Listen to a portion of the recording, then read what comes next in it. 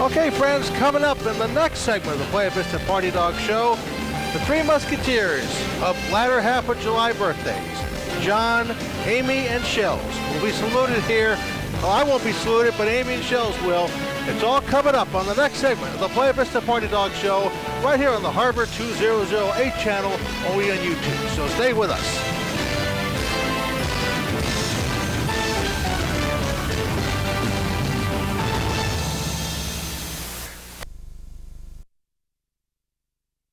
YouTube, John Harber with you from San Diego.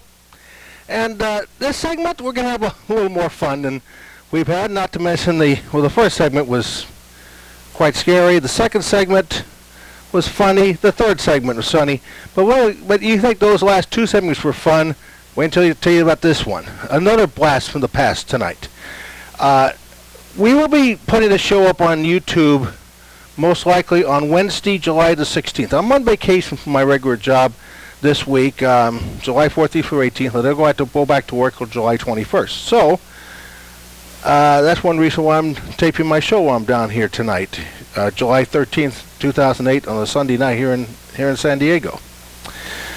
But Tuesday night in Yankee Stadium, and probably one of the last major events to be held at that old structure, the Major League Baseball will have their annual All-Star Game.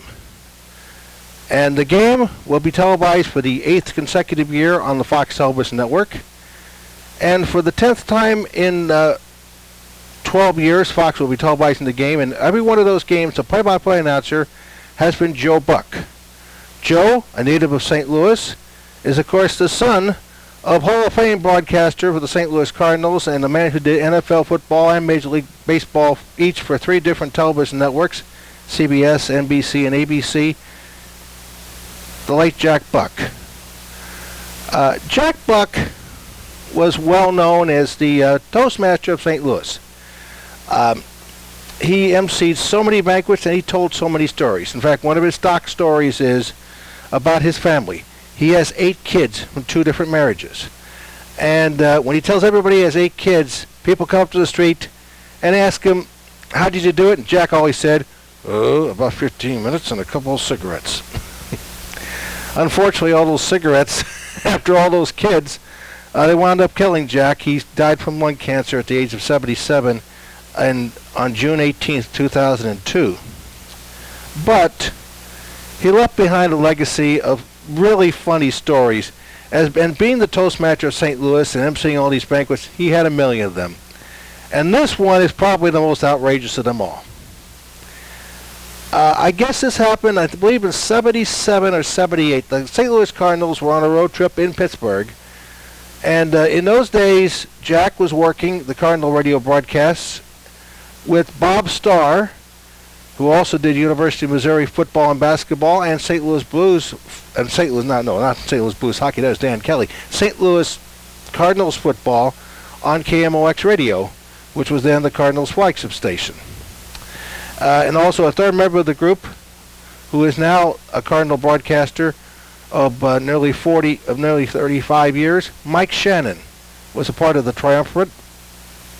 The Cardinals, as I said, were in Pittsburgh, and it all seemed peaceful in Bob Starr's hotel room in Pittsburgh until he got up and had to go to the bathroom. And then all you know what broke loose. You see, Bob went to the bathroom and was sleepwalking.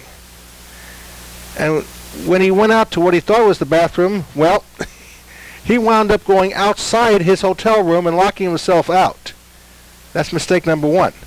Mistake number 2, well, he was wearing absolutely nothing but a sheep-eating grin on his face.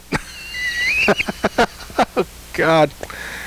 Yes, folks, Bob Starr had to go ask other people in the hotel to get help so he can get back in his room and go to the bathroom. And he was naked as a jaybird. And if you remember Bob Starr, who passed away about 10 years ago, well, I kind of look like Bob Starr, though. Well, I'll say I'm about as big as he is. So hopefully I won't have his health problems. But the way things are going at my job and the way everything else is going, it's probably a matter of time before I break down completely. But hopefully that's not going to happen. Anyway, Bob told this little story and made mistake number 3. He told it to Jack Buck and Mike Shannon over breakfast in the hotel room in Pittsburgh, and in the lounge at the hotel, I should say. And when they got done, they were going out to play golf at the local golf course in Pittsburgh. While they were getting dressed for golf, Jack Buck had an idea. One of his close friends at KMOX Radio was the mid-morning host there, Jack Carney, who was a well-known rock and roll disc jockey in St. Louis in the 50s and early 60s, then went to New York and worked on WABC in New York as the beginning of their rock and roll days, not for long. He went to San Francisco and worked at KSFO in the Bay Area for 10 years, and then in 1971, he returned to St. Louis to do a mid-morning talk show on KMOX Radio. And on this day, Jack Buck called Jack Carney and told him the story of Bob Starr sleepwalking himself right out of his hotel room and locking himself out while wearing absolutely nothing. And he told it, and Carney decided to put it on the air. And this was a real wild story. Unfortunately for Bob, 3 mistakes have already been made, and the 4th one was about to come down on him. His wife, Brenda, was listening to the program. That's right. Bob Starr's wife's name was Brenda Starr, cartoon character. But that was Bob Starr's wife's real name. Brenda Starr called her husband at the hotel room in Pittsburgh after hearing Jack Buck told the story on the Jack Carney show on KMOX. And the first words out of Brenda's mouth were, "You did what?"